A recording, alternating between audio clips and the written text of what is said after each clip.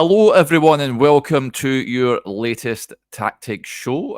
You'll notice that there is no Joshua. I'm standing in for Mr. Barry, and I'm joined, as ever, on these shows by tactical guru Adam Thornton. How's it going, Adam? How is it going? It's not going great. I'm not sure we're going to uncover anything that people aren't aware of here, but we'll try and pick the bones, shall we say, rather than make sense of what happened last night. Yeah. You've, of course, examined the all important data from last night. It makes for grim reading. So we'll batter on in shortly. Before we do that, just your takeaways from last night and how you think Rangers move on from here. Yeah, I don't think it was a surprise. No. I used to come on these shows or come on podcasts and people would say, how could that not be a surprise with Rangers? I think most people are in that state of mind just now. Call it acceptance, call it resignation, call it Yeah. apathy.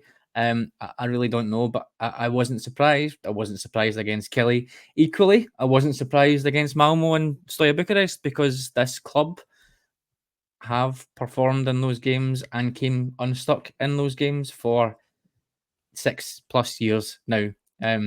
We aren't good enough. We don't have a strong enough underlying structure on and off the pitch to deal with certain games and certain situations. We aren't set up to be difficult to beat.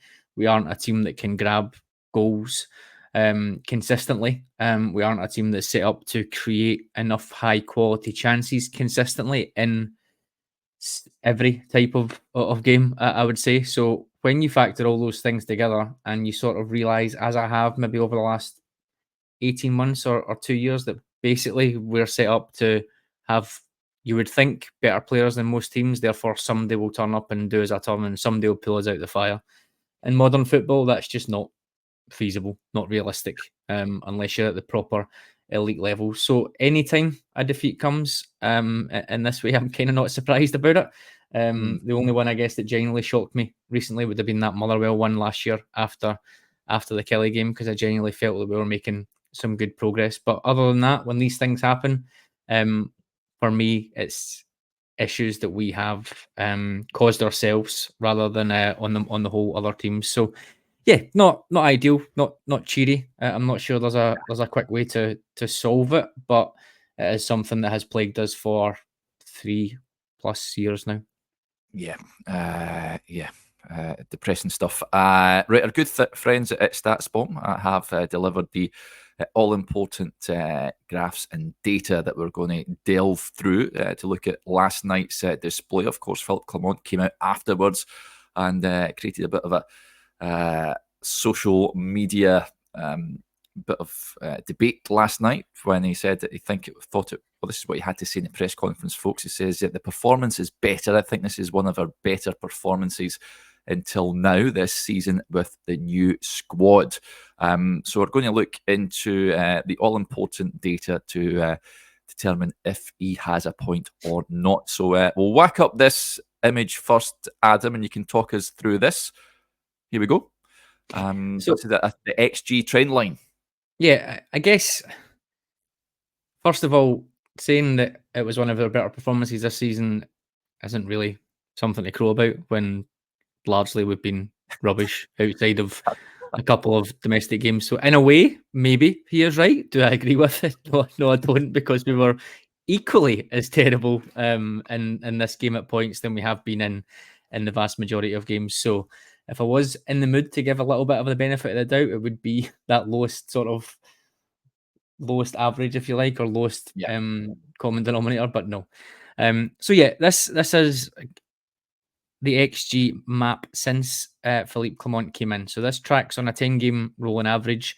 The chances, the quality of chances created, which is the top line in green, and the purple line at the bottom is the quality of chances that we have or we are conceding. So you can see there is a sharp rise in the number of chances being conceded, which coincides with that period, February, March time, when the wheels started to come off, when we didn't really have any strikers or any wingers or anything like that.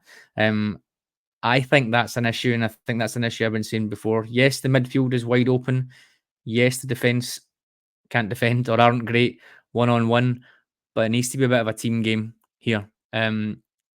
If we're playing players in those areas who aren't good enough in those forward areas and who can't track back and who aren't capable of even working in attack, never mind pressing, counter pressing, defending, then that's going to have an impact on the rest of the team. You're going to ask midfielders to cover more distance. You're going to ask midfielders to compensate wider, compensate in front, and compensate behind. So they're going to look like they are wide open. That's a structural issue for me. There's a quality issue as well, absolutely, particularly in defence, where I think we've said before on these shows, we do not have players who are good enough 1v1. We don't have aggressive defenders. A club like Rangers should have defenders, midfielders, and attackers who are physically more imposing than the opposition. We've got the money to do that. You can discuss technical nuances and how players suit, etc. We have the money, we have the fit, we have the money, we've got the facilities, we've got the sports science, we've got the capabilities to be the fittest team in the league, without doubt, the strongest team in the league.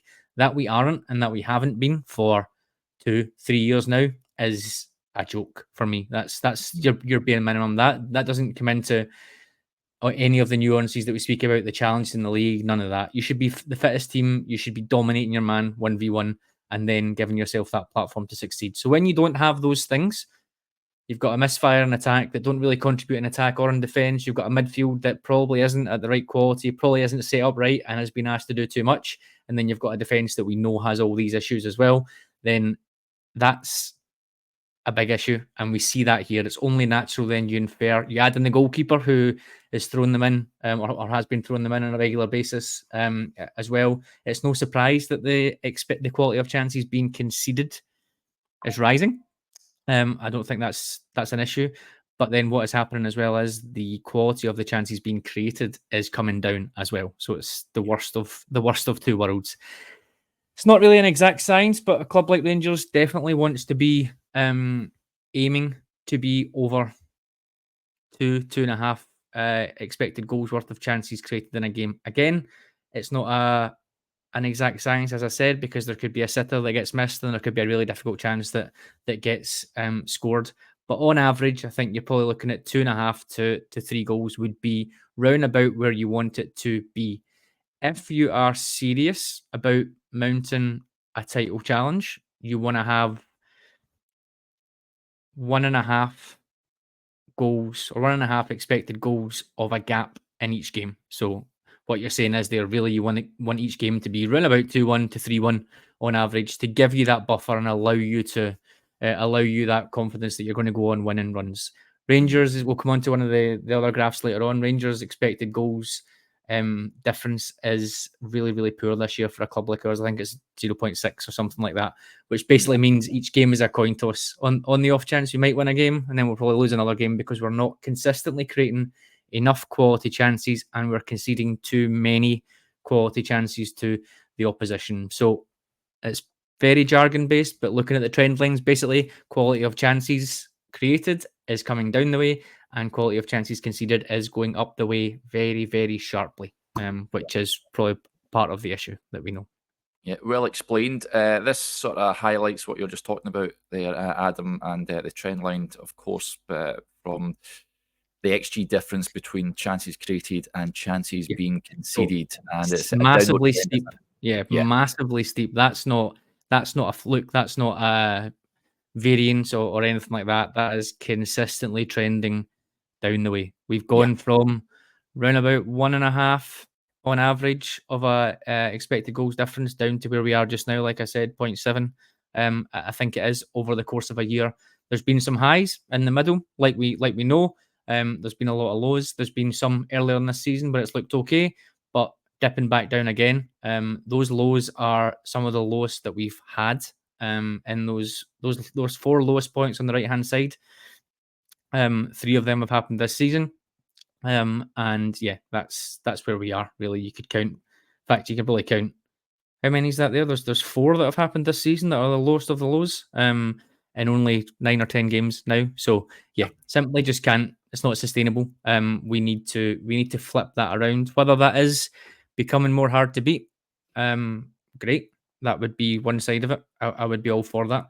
It's not necessarily what you would expect from a Rangers team or someone. If someone's interested in tactics, they don't think, yeah, okay, we should play three at the back, three big, massive centre halves, and just kick everything the way we're facing. At this stage, I think that's something Rangers really need to consider, because we have to tighten up at the back, because quite simply, we have a horrendous forward line.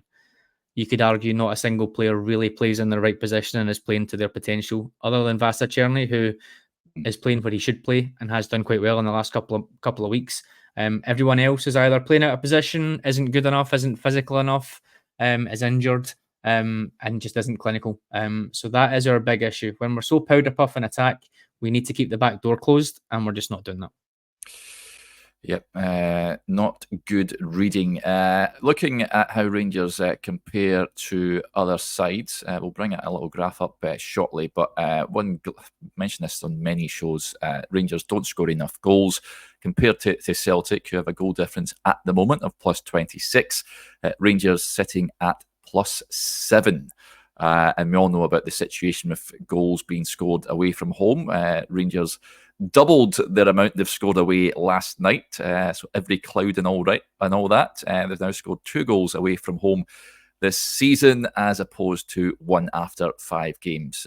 That in itself is diabolical. But let's bring up this graph here. It shows how Rangers compare to other sides in terms of chances being created, and it's glaringly obvious there. We see Celtic at the top. Adam, far and away outperforming Rangers. Yep.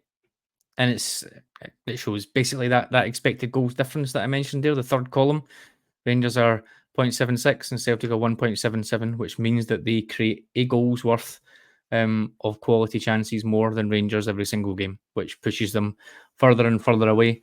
Their chance creation is higher, best in the league, as you would expect from a club with those resources. But ours is second, but it's not far off. It's not far off being down the way, which I think you can certainly see. Another big issue for us is, I know Joshua spoke about shot efficiency, like recently, in terms of we're taking less shots, but potentially getting more on target. I think that is fine in theory. However, you need to be doing both. You look at Celtic there again; they're taking 7 more shots a game. Therefore, it is probably no surprise that their quality overall is increasing. That sort of makes it's sort of quite obvious to say, but the real quiz, if you like, is we need to have lots of high quality shots on goal. That's how it works. It can't just be good quality, low volume. It needs to be high quality and high volume. And like I keep going back to time and time again, this is a team that has had 45 million pounds spent on it in the last 4 transfer windows. To suggest that they can't do that, or the quality isn't there.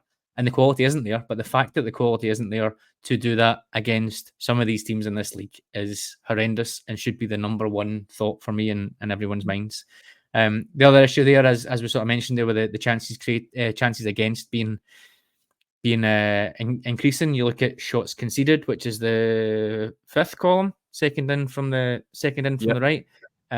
We're conceding more shots on average than St Mirren, Hibs, Hearts, Runabout, who are in the lower reaches. The two of them are bottom of the league. Ten Hag vibes all over the place, and has been for quite a long time. Rangers and Man United have been pegged together, it seems, since like 1986. Anytime Rangers are good, Man United are good. Anytime Rangers are not good, Man United are not good. So let's hope Man United get a really good manager and things change for them, and then it'll automatically improve for us. But yeah, all joking aside, it's not sustainable. We go into games and we're taking a few more shots on opposition's goal than they're taking against us. That's middle of the table to the lower end of the table stuff. It's not acceptable. Yeah, it's dreadful. Looking at the game last night in closer detail, this graph, the XG graph, shows you that if the match was to be played 100 times, Aberdeen would come out on top on 62% of those occasions. You can see Rangers are the red line there. They would have won just 17 of those games.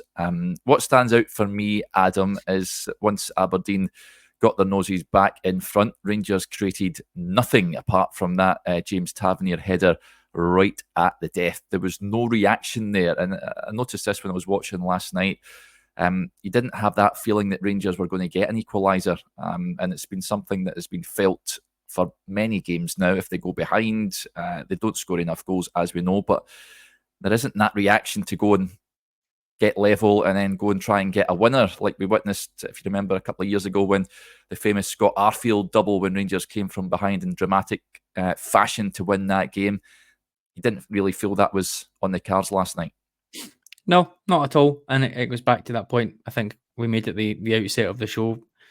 Relying on someone doing something is not a tactic and not a strategy, and definitely not when you spent that amount of money. And you talk about automatisms all the time. It's not acceptable. Certain situations last night were some of the worst I've seen, where you've got James Tavernier or Casemiro swinging the ball into the box, and there's Dessers for what it's worth, which is not very much, and Tom Lawrence in the penalty area against 6 or 7 Aberdeen defenders. You just have to. That's been happening for years with our players, and you wonder what is going on. You wonder what the individual analysis is. You wonder what the actual detailed analysis is to say, why do you keep doing that?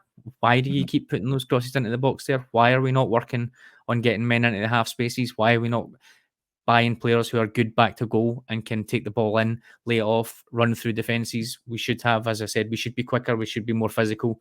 We should have more vision, technical ability than these teams. Why are we not setting ourselves up to make use of that? It baffles me, and I think that's a big part of the chance creation issues that we've got. Obviously, this is a little bit skewed, if you like, with the penalty save, which is obviously that sharp increase right in the middle, around about the 40-minute mark for Aberdeen. But anybody that thinks Aberdeen weren't in complete control of the first half, regardless of that, is having themselves on. Tavernier's block on the line, the shot that hit the post. There was another one as well. It could conceivably have been 3-0. I don't personally think the Dessers offside was offside, but given it's Dessers, I think you can't really blame anyone for thinking he was offside at that stage. If we had got that, I think 2-1, 3-1 at halftime might have even been fortunate for Rangers, to be honest. But again, those are the breaks when you're not playing well and you rely on breaks and you don't get them. We see what happens. They're obviously a great goal from Bayrami, but again, individual moment of brilliance. There isn't a sweeping move that cuts an opposition open and we get to the byline and cut it back for a tap in. There is none of that. None of that exists for Rangers at the minute, and that is a lack of coaching, a lack of attacking patterns, a lack of quality in the final third. But if we want to talk, I guess, about some of that stuff that you mentioned there, Derek, like pulling out the fire or determination, all those sorts of things from just after Rangers scored until the end of the game, really, there's no chances at all. That period there, you can see the flat line from about 67 minutes up until stoppage time. Aberdeen score in the middle of that. Rangers don't create a chance. There's no okay, let's get into this and let's pull something out. We're not playing well again, but let's try and pull something out and get a draw, which is a sad state of affairs to be in. But given how that game went, pulling a 2-each draw out of the fire would have been okay, I think, for me in those circumstances. There's nothing until something that probably sums up the whole team. James Tavernier, one of 4 fullbacks playing at the end for some reason, playing right wing again for baffling reasons unknown, playing right wing at points. Who else was on? Dujon Sterling was right wing at certain points as well, wasn't he? We had Jeff Dion as well up there. Tavernier, centre of the box, could have scored, really. But again, why is your right back the centre forward at this point? We had Robin Proper up front in one of the Champions League qualifiers rather than putting on another striker. These are just weird decisions that I don't understand from a manager who says, I'm so wedded, doesn't say, but he's so wedded to a formation, but point blank refuses to play players that are capable of playing in those three attacking positions. I'll never understand it. A manager who says he wants to use the academy as much as he can, and then would rather play Fabio Silva, Dujon Sterling, James Tavernier as your wingers in a team that dominates play and needs to rely on wide players, because that's the whole tactical setup. Why you're not bringing in guys like Ross McCausland more often, or finding someone from the academy who can come in and do something there. There is less risk and more potential upside doing that for me than playing guys like Dujon Sterling and James Tavernier in your attacking positions, because that's just not their games. Tavernier is in sharp decline now and probably wouldn't be starting games, but the fact that you move him about so that you can bring someone else on at right back, is just feels like it's just sort of moving the problem about rather than just ripping the band-aid off and saying, look, we're going to go with a younger player there and we'll see what happens. Similar to McCausland last year. Now, I'm not saying that's going to be a massive game-changing thing, or it's going to be this brand new strategy that's just going to all of a sudden work. There will be issues with that, but I think, you know yourself, Dick, when you play young players, you give them a little bit more leeway. Young players come in with energy. They come in with pace. They'll come in with enthusiasm, and fans will be a little bit, on the whole, more patient with them than seeing players that aren't good enough for those positions continually being shoehorned in. That's not solid squad building or good tactics. Yeah. The final graphic we have from StatsBomb is this, the passing network. This is either half, Adam, am I right in thinking? Or is it Aberdeen against... Can't see the... Let me just zoom in here. No, Aberdeen against Rangers. So can you explain this for... So this is the overall, yeah. So, I mean, it's an away game, right? And it's an away game against a team that are tails are up. They're doing very, very well in the league. They'll probably want you to dominate possession and have a lot of your ball with a centre half so that they can try and coax you into errors. But even still, the lack of, I guess, what's the word? The lack of attacking interplay here is absolutely stark. You don't see the little grey arrows. Tom Lawrence, Dessers, McCausland, Bayrami, they're barely passing the ball between each other. There's no interplay, those rotations, those third man runs, those combinations that I've mentioned that are key to breaking these teams down. They just don't exist. Like they just don't. Now, Aberdeen don't have them either, but it's a completely different scenario for Aberdeen here, where they know they're trying to trick us into playing their game against them. So for us not to have that is just par for the course just now, and it is just not great at all. Even when you look at Tavernier and Ross McCausland, their contributions, they're barely passing to each other as well. So there's no overloads on that side. Other side is a little bit better, and I think we've seen that. There was a couple of nice little combinations there. And the other issue for me, as it has been for years with the Rangers midfield, is you've got a player, Connor Barron in this case. It used to be John Lundstrom, who just wants to come deep and sit behind the defensive line rather than being the guy that sits a little bit higher and forces the centre halves to play through. Now, that must be tactical. It was the same complaints under Van Bronckhorst and under Michael Beale with John Lundstrom. It must be tactical. For whatever reason, we're obsessed with bringing a central midfielder into the defensive line, giving them a 2-yard pass and asking them to play forwards, even though at times they're not as good on the ball as some of our centre halves. I don't understand why we don't just let the centre halves advance with the ball and play through. We'll have an extra man in midfield. We can get some combinations on the go and try and get through centrally. What that does is it moves Connor Barron out of midfield. Tom Lawrence wants to stay high to try and get some flick-ons off of Dessers, which never happened because he's hopeless in the air. But that's the theory. That's what he wants to do. So you just leave Nicholas Raskin or Diomande, whoever plays, covering that whole space in the middle when it doesn't really need to happen. Kind of baffling. So that's what you see there. You see Connor Barron getting a decent amount of the ball, not doing huge amounts with it. John Suter actually doing more with it. His circle is slightly coloured more towards yellow there. James Tavernier and Nedum Bayrami not really hugely involved in terms of number of passes, but contributing a fair amount. Obviously, Bayrami getting the goal, Tavernier having that big chance, and he is generally mostly involved in the play. So you see there who I think is doing what they probably should be, and it's really only, I think, Bayrami, Casavirjo, Nico Raskin, I think, last night, that were anywhere near decent. But this imbalance that we have in midfield because of the ineffectual attack and because we're incapable of building through from the defence, I think is probably laid stark here. And again, not a one-off. We see these type of pass maps pretty much every away game. See, even some home games, we see these as well, where the front four just are not working together. It's just four guys that go and do it. And together. how often, how often do the entire forward four get changed? I think it happened again last night. If it wasn't people getting moved about, I think everybody gets taken off. And the same thing happens again. That's the biggest issue in the team for me, is that point. What do you think it is? I mean, Dessers, another sort of Dessers-like performance last night. Not the only one, of course, but is that a system issue, Adam? Does he need to? The manager is still at the helm ahead of Sunday and beyond. He has to change the system, doesn't he? This clearly isn't working, or is it just simply a personnel issue? I think it's a bit of both. But again, go back to the point.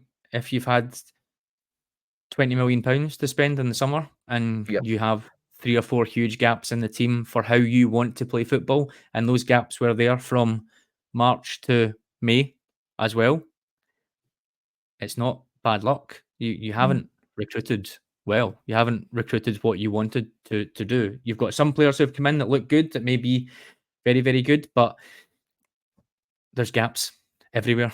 Rumours of Cyril Dessers' bid from Atalanta for $5 million in the summer, but they've been packing his bags and letting him go 100%, allowing us to bring in more players for that money.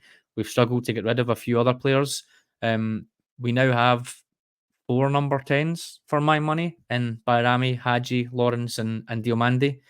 We can only play one of them as a number 10. Therefore, you've got at least 2 other players who probably should be starting for the money they're on and the transfer fees that they've cost. 2 other players being shoehorned in elsewhere.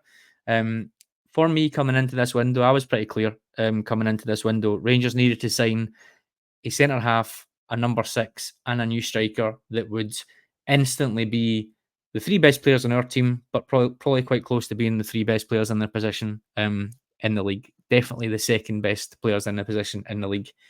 We didn't do any of that. We signed the supplementary players round the sides, younger players to sort of complement without dealing with the spine, without dealing with the main problem. So in a way, it's not a surprise. But again, go back to that point, £20 million being spent to have one winger in Cherney that has been good in the last couple of weeks, and nothing else. Everything else is just shoehorning things in, is completely unacceptable. Where we are just now, I don't think we're going to see something miraculous with a formation change, Derek, in the way that Conte changed things in 2016 at Chelsea, went to that back 3 and scooshed the league. We're definitely not going to see anything like that. But to go back to my point, for me, the main focus would be making yourself harder to beat and getting more goal threat. And I think when you look at it, those problems that we've outlined, we can't defend one-on-one, we can't control the midfield, we've got no wingers, and we don't have a centre forward that we can rely on. It's not good reading, but also when you think, well, what's the most obvious solution? And for me, it's a 3-5-2.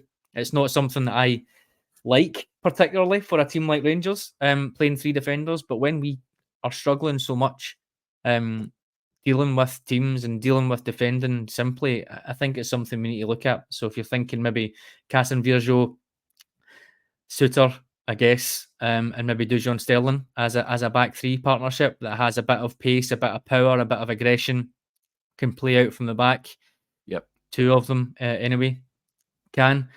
Comfortable probably defending the flanks, and Sterling and Casemiro going 1v1 with wingers outside, going with that as a back 3, and then trying to find some combinations. Jefty on one side, maybe Cherney or Tavernier as a wing back on the other side. Pick a 2 in midfield that's going to work. If it's Barron and Raskin, fair enough. If it's Raskin and Diomande, okay.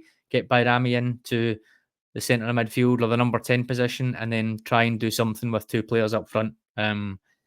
Whoever, whether it's Danilo and Igaman that can come in and start playing, whether it's Dessers and one of them, if we must, one of them playing off of him, whether Tom Lawrence can play off a striker for a little bit, whether Cherney plays off the striker for a little bit, just something to control the middle, be difficult to beat, but have more than one person in the box when we're trying to attack away from home. Not my favoured solution. I don't think it's going to be a massive change or a kind of complete role reversal from where we've been, but making ourselves more difficult to beat and trying to give us some attacking intent with what we've cobbled together. That would potentially be what I look at, but there's no way he'll do it. I'd be stunned if he turns around and changes things in that way. And it'll just carry on the same way it is, unfortunately. Yeah, I know. Roll on Sunday. Well, it's been great having you on as ever, Adam. Fantastic insight as always. Hopefully you enjoyed that, folks. Remember thank you for your support, incidentally, to the Rangers Review Extra channel. And if you are watching this after our members on the Extra show, you can subscribe and become a member, just £2.99 per month. Get exclusive access to additional videos every week. So yeah, well worth the money. Right, big thank you to Adam, and bye for now.